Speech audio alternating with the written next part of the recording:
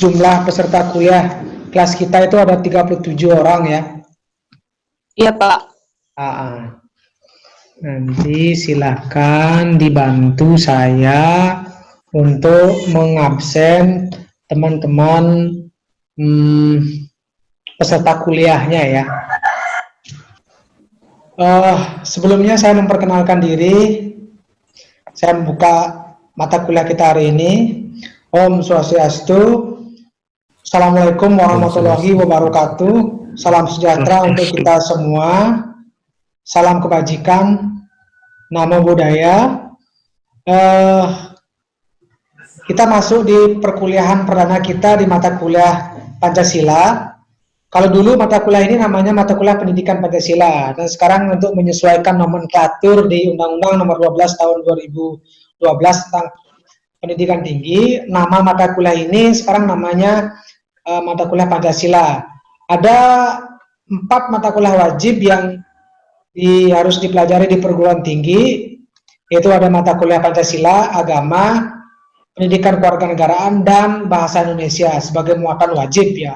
Namanya MKDU, mata kuliah dasar umum, atau MKWU, mata kuliah wajib umum, atau MPK, mata kuliah pengembangan kepribadian.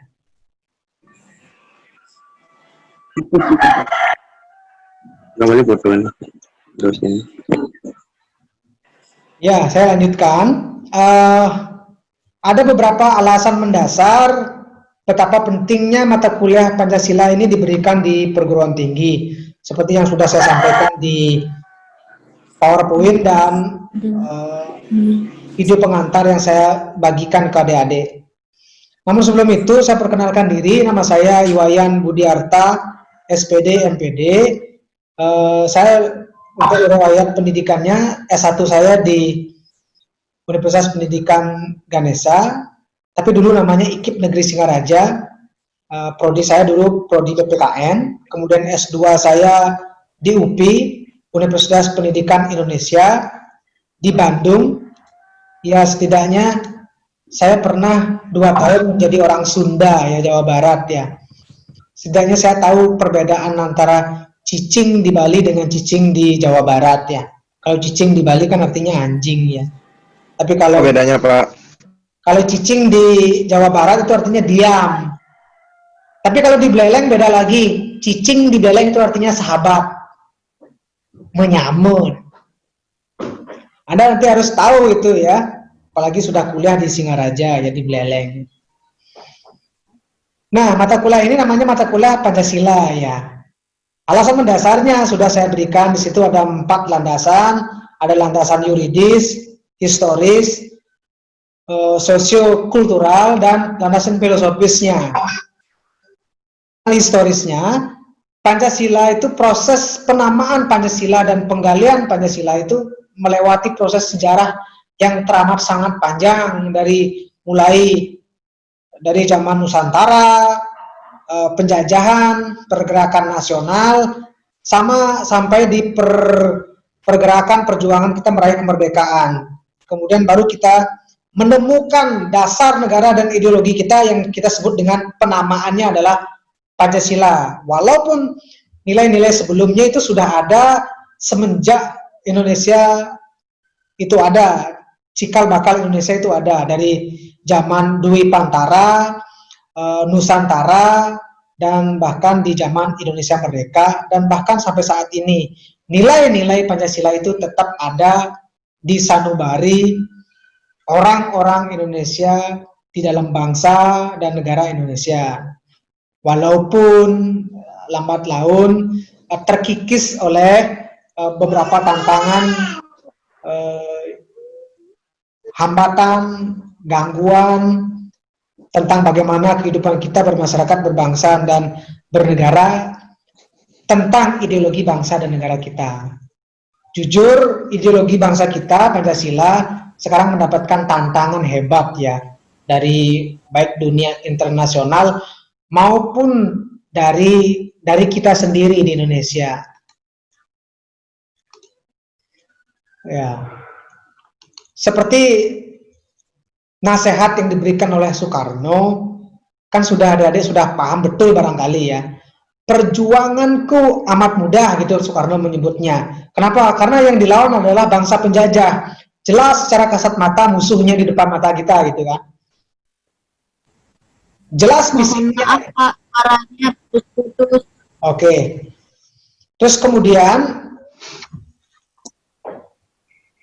apakah sudah terdengar jelas? Siap, sudah Pak. Oke. Siap, sudah Pak. Nah, ini kendalanya kalau kita kuliah lewat virtual seperti ini ya, pasti ada banyak Iya kendala. Pak. Mendung juga Pak, terganggu sinyalnya. Iya.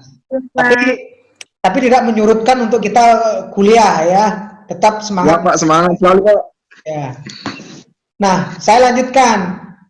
Soekarno memberikan wejangan kepada generasi kita penerus di Indonesia bahwa perjuangan beliau itu amat mudah sebetulnya karena yang dilawan adalah bangsa penjajah. Secara kasat mata jelas.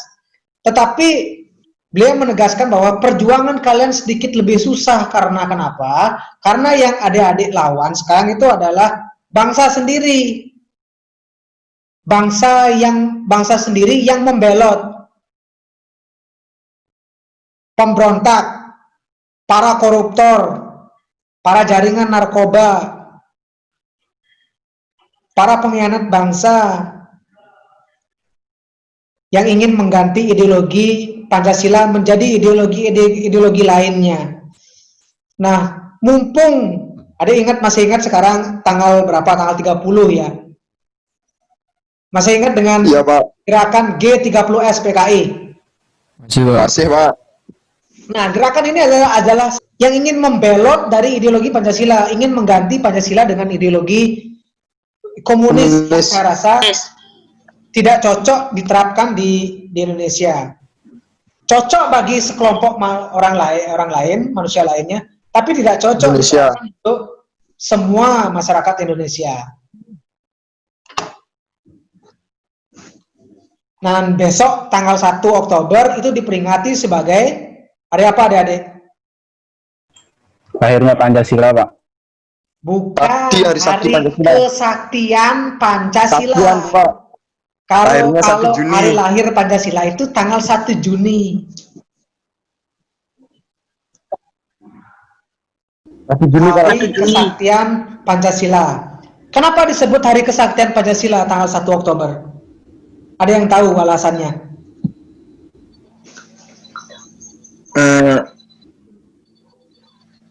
Silakan. Ya, silakan nanti dibuka-buka lagi di Google-nya. Mungkin di situ ada jawabannya. Nah, jadi yang jelas yang kita peringati besok di tanggal 1 Oktober itu adalah tentang bagaimana kita memperingati tentang bahwa keampuhan dari ideologi Pancasila yang beberapa kali ingin ditumbangkan, ingin diganti, ingin digerogoti oleh ideologi-ideologi lainnya. Karena terus terang saja adik-adik, di dunia ini ada berbagai ideologi bangsa dan negara yang siap mempengaruhi adik-adik, seperti ideologi kapitalis, ideologi liberal, sosialis, komunis yang sering didengungkan sekarang oleh kelompok-kelompok ekstrim di Indonesia, yang dikatakan bahwa di Indonesia sekarang sedang bergentayangan hantu-hantu komunis.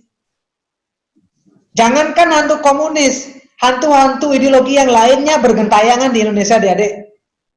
Contohnya ideologi liberal. Oke. Ideologi apa lagi? Kapitalisme. Kemudian ideologi apa lagi yang sedang mengintai Indonesia? Chauvinisme. Oke, Chauvinisme. Kemudian apa lagi? Yang paling sekarang sedang hangat dibicarakan oleh para kadrun. Propagandisme. Ideologi terorisme. Iya, terorisme Pak. Ideologi yang berdasarkan agama juga, fanatisme agama. Nah, itu sangat mengkhawatirkan adik-adik. Karena menurut saya itu juga tidak cocok diterapkan di Indonesia. Karena kan Iya, kita Pak. tidak berdasarkan negara agama. Kita kan negara religius berdasarkan nilai-nilai Pancasila. Kalau negara kita dirubah menjadi negara agama, masalahnya di Indonesia kan tidak hanya hidup oleh salah satu agama. Di Indonesia terdiri dari multi agama. Diakui ada 6 agama resmi. Dan kemudian ada beberapa aliran penganut kepercayaan. Dan itu dilindungi oleh konstitusi. Lalu bagaimana itu akan merubah kondisi itu untuk menganut salah satu agama yang akan dijadikan dasar negara? Rasanya menurut saya sulit itu untuk dilakukan. Nah, sejarah sudah berbicara bagaimana tentang diskusi panjang lebar tentang bagaimana ideologi Pancasila itu lahir dan diterima oleh masyarakat Indonesia, mulai dari sidang BPUPK yang pertama maupun yang kedua, kemudian sidang PPKI disahkannya Pancasila sebagai dasar negara lewat Undang-Undang Dasar 1945 di tanggal 18 Agustus 1945 itu. Para founding father kita termasuk Supomo, Muhammad Yamin, Soekarno, dan panitia 8, panitia 9, PPKI, panitia persiapan kemerdekaan Indonesia, dan yang lainnya, tanpa menafikan golongan-golongan Islam, golongan-golongan agama lainnya, etnis Tionghoa, dan golongan-golongan lainnya yang ingin mempersatukan Indonesia menjadi negara Indonesia berdasar Pancasila dan Undang-Undang Dasar 1945 itu. Sejarah tidak bisa melupakan itu. Ya, termasuk wakil kita dari Bali yang adik-adik ingat wakil anggota PPKI yang dari Bali?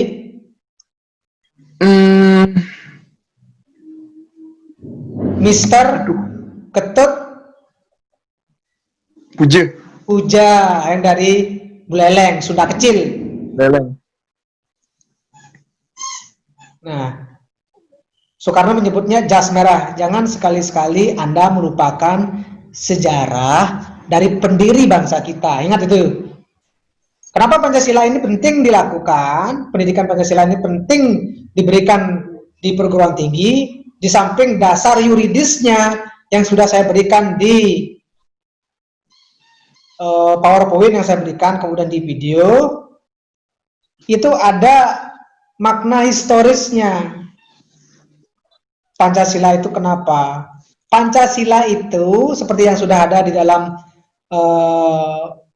PowerPoint dan video saya itu, Pancasila itu bukan berada di luar adik-adik ya, bukan berada di luar manusia, tapi Pancasila itu berada di diri kita masing-masing. Jadi kalau ada orang yang menolak Pancasila, itu sama artinya dirinya menolak dirinya sendiri. Contohnya, adakah orang yang menolak kehadiran dirinya sebagai makhluk Tuhan yang Maha Kuasa? Siapa yang menyebabkan dirinya ada? Bapaknya, ibunya. Bapak sama ibu. Pak Ibu. Ya. Lalu bapak sama ibu siapa yang membuat? Kakek sama nenek. Lah terus kakek sama nenek siapa yang membuat? Kakek dan nenek, Pak. Buyut. Nah, buyut siapa yang membuat? Tuhan yang Maha Esa, Pak. Ini moyang. Iya.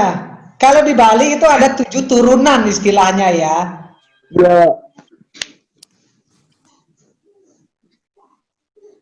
Tingkat yang paling terakhir itu adalah Sang Kanparan, Sang Pramekawi, Tuhan yang Maha Kuasa. Itu Sang Yang Widiwasa, Tuhan yang Maha Kuasa, Allah, God, dan sebutan yang lainnya.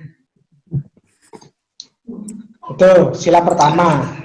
Buktinya, yang paling penting pada sila pertama sekarang itu bukan bagaimana Anda menjalankan kehidupan beragama Anda dalam bentuk ibadah, tetapi di Indonesia implementasi nilai-nilai Pancasila dalam sila pertama yang paling penting adalah toleransi kehidupan beragama, moderasi beragama, dan kemudian ada nilai inklusivisme. Itu silahkan dicatat 3 istilah itu. Implementasi nilai-nilai Pancasila sila pertama yang paling penting di Indonesia saat ini, dalam keadaan Indonesia saat ini adalah ada toleransi kehidupan beragama, kemudian ada inklusivisme kehidupan beragama, kemudian ada moderasi gerakan beragama. Itu sangat penting.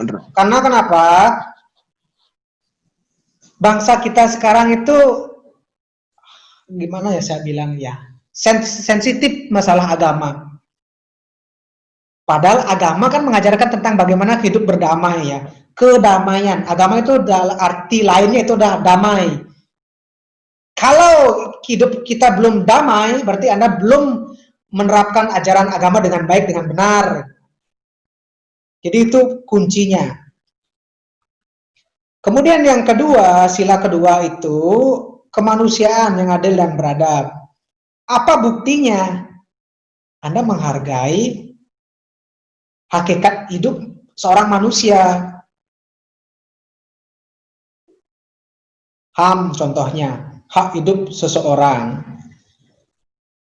Hak Anda sebagai seorang manusia. Hak orang lain juga sebagai seorang manusia. Kemudian yang ketiga, persatuan. Di situ ada makna hakikat hidup manusia sebagai makhluk sosial. Sila ketiga itu. Anda sebagai seorang manusia tidak bisa lepas dari keberadaan manusia lainnya. Siapa yang menyebut Anda seorang manusia? Orang lain. Walaupun Anda keluar-keluar di sana, saya adalah seorang manusia. Kalau nggak ada manusia yang lainnya, tidak ada konsep manusia. Jadi itu.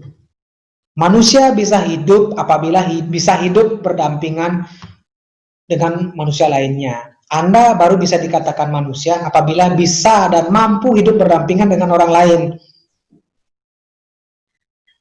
Kemudian sila yang keempat, di situ kuncinya adalah kebijaksanaan. Ada musyawarah mufakat. Musyawarah mufakat itu adalah nilai dasar dari hidup berdemokrasi. Tentu saja dasarnya adalah kebijaksanaan. Kenapa bijaksana? Anda itu hidup sebagai masyarakat, sebagai makhluk individu, punya ego. Kemudian hidup berdampingan dengan orang lain, makhluk sosial. Anda juga kebenaran mutlak yang bersumber dari ajaran agama. Tetapi Anda juga adalah makhluk jasmani. Bagaimana caranya mengatur keseimbangan hidup Anda itu? Kuncinya adalah kebijaksanaan. Sila keempat itu di tengah-tengah porosnya. Anda harus menjadi manusia bijaksana. Manusia Pancasila adalah manusia yang bijaksana. Bisa mengatur kedudukannya, hubungan harmonis dengan Sang Pencipta, hubungan harmonis dengan dirinya sendiri, dengan orang lain, dan hubungan harmonis dengan lingkungannya. Di Bali itu dikenal dengan istilah Trihita Karana. Di Islam disebut dengan istilah Hablum minallah, Hablum minannas. Konsep keseimbangan. Jelas dengar kata-kata saya? Lah. Jelas, Pak. Dengar, Pak. Nah itu adalah, jadi ajaran agama sebetulnya tidak bertentangan dengan Pancasila, atau Pancasila juga tidak bertentangan dengan ajaran agama. Yang kita khawatirkan di Indonesia saat ini kan membenturkan antara Pancasila buatan manusia katanya dengan agama buatan Sang Pencipta. Menurut saya itu pemikiran yang sempit. Itu mengkhawatirkan di Indonesia saat itu. Pemikiran-pemikiran itu menyesatkan menurut saya.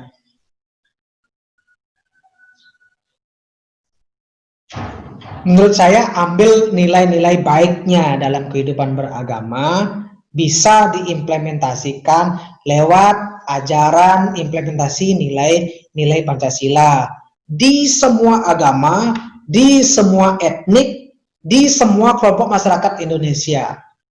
Karena kenyataan hidup, 5 hakikat hidup itu tidak bisa dilepaskan sebagai makhluk religius ciptaan Tuhan, makhluk individu. Sila kedua, nilai-nilai sosial. Sila ketiga, sila keempat, kebijaksanaan, musyawarah mufakat. Sila kelima, makhluk jasmani. Manusia tidak bisa lepas dari hal itu pada dasarnya. Jadi aneh jika ada manusia Indonesia yang menolak Pancasila, itu artinya menolak kehadiran dirinya sendiri. Jadi itu pemaparan saya sampai di situ dulu. Silakan kalau ada yang perlu ditanggapi. Oke, silakan dulu adik-adik. Oke, Korti bisa bantu saya mengabsen ya teman-temannya. Gimana ya caranya pengabsenannya ya, efektifnya? Apa saya sebutkan satu persatu ya? Tadi kami pakai Google itu Pak, Google Form. Oke, nanti Google Form-nya hasilnya input-nya itu kirim ke saya ya. Siap, Pak. Oke. Terima kasih adik-adik. Ya, terima kasih atas partisipasi kuliahnya hari ini, walaupun dengan sarana virtual seperti ini. Saya sebetulnya kurang nyaman. Dengan senang hati, Pak. Saya sebetulnya kurang nyaman kuliah seperti ini ya. Saya enaknya kuliah itu tatap muka adik-adik ya. Karena bisa Sama, Pak. ya, istilahnya ya feeling touch-nya itu ketemu gitu loh. Bagaimana saya mengamati 38 Ya, orang lewat Zoom seperti ini ya. Jangan-jangan ada yang tidur ini ya. Enggak, Pak. Banyak, Pak. Oke. Sebagai kontra perkuliahan, untuk perkuliahan kita minggu depan, adik-adik kalau bisa pakai seragam kuliahnya ya. Maksudnya pakai pakaian yang berkerah ya. Sudah, Pak. Udah, Pak. Oke. Sudah Pak. Siap, Pak. Oke. Udah, Pak. Nah, terima kasih. Sudah, Pak. Oke, silakan dulu kalau masih ada pertanyaan atau mungkin menanyakan. Mudah-mudahan ya, mudah-mudahan pandemi ini cepat selesai berakhir dan bisa kita kuliah tatap muka secara offline di kelas saja ya. Pak. Amin. Astungkara. Ya. Amin. Astungkara, Pak. Amin. Nah, kalau begitu saya akan evaluasi sedikit tentang materi yang sudah saya berikan kepada adik-adik, atau saya berikan kesempatan dulu kepada adik-adik untuk bertanya. Silakan. Silakan.